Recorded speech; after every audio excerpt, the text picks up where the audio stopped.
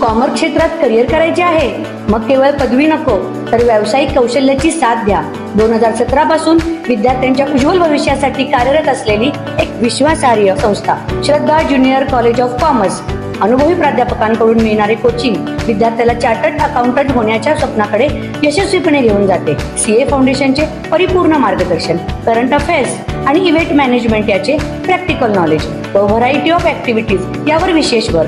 अभ्यासासाठी अत्यंत पोषक आणि शिस्तबद्ध वातावरण, अद्ययावत माहिती आणि वैयक्तिक लक्ष.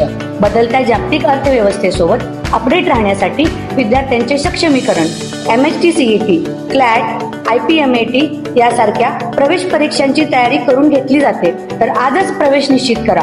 पत्ता Shraddha junior college of commerce, Ichalkaranji. संपर्क 8605896028. नमस्कार, मी सद्दाम सिमुल्ला. आपण पाहतात SM नेटवर्क पुस्तक पीपल मराठी.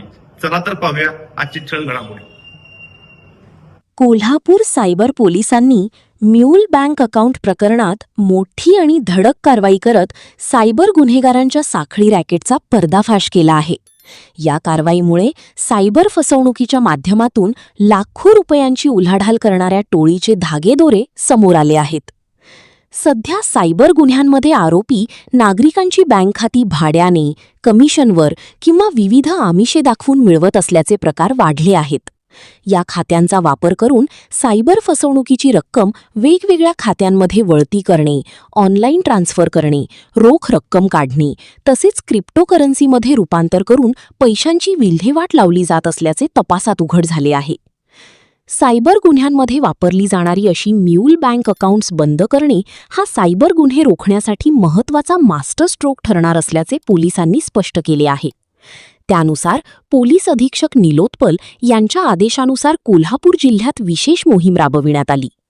अपर पोलीस अधीक्षक यांच्या मार्गदर्शनाखाली सायबर पोलीस ठाण्याचे पोलीस निरीक्षक संजय हारुगडे यांनी तांत्रिक तपास सुरू केला. तपासादरम्यान दर्शन बचाटे याच्याकडे चौकशी करण्यात आली असता प्रथमेश मिरजकर यांनी शेअर मार्केटमधून मोठा परतावा मिळेल असे आमिष दाखवून विविध नागरिकांची बँक खाती वापरण्याचे काम सुरू केल्याची माहिती समोर आली. यानंतर पोलिसांनी तपासाची व्याप्ती वाढवत अनेक आरोपींचा सहभाग उघड केला. आरोपी नागरिकांना प्रत्येक बँक अकाउंटमागे 2,000 ते 10,000 रुपये कमिशन मिळेल असे आमिष दाखवत होते. त्यानंतर संबंधित नागरिकांकडून bank account, ATM card, passbook आणि मोबाईल सिमची माहिती घेत सायबर फ्रॉडमध्ये त्यांचा वापर केला जात असल्याचे निष्पन्न झाले आहे. या प्रकरणी शाहूपुरी पोलीस ठाण्यात भारतीय न्याय संहितेच्या विविध कलमांवयी गुन्हा दाखल करण्यात आला असून काही आरोपींना ताब्यात घेण्यात आले आहे. उर्वरित आरोपींचा शोध सध्या सुरू आहे.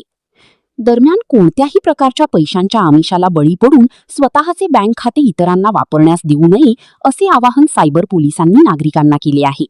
अन्यथा आपले खाते सायबर गुन्ह्यात वापरले जाऊन मोठी आर्थिक व कायदेशीर अडचण निर्माण होऊ शकते असा इशाराही पोलिसांनी दिला आहे.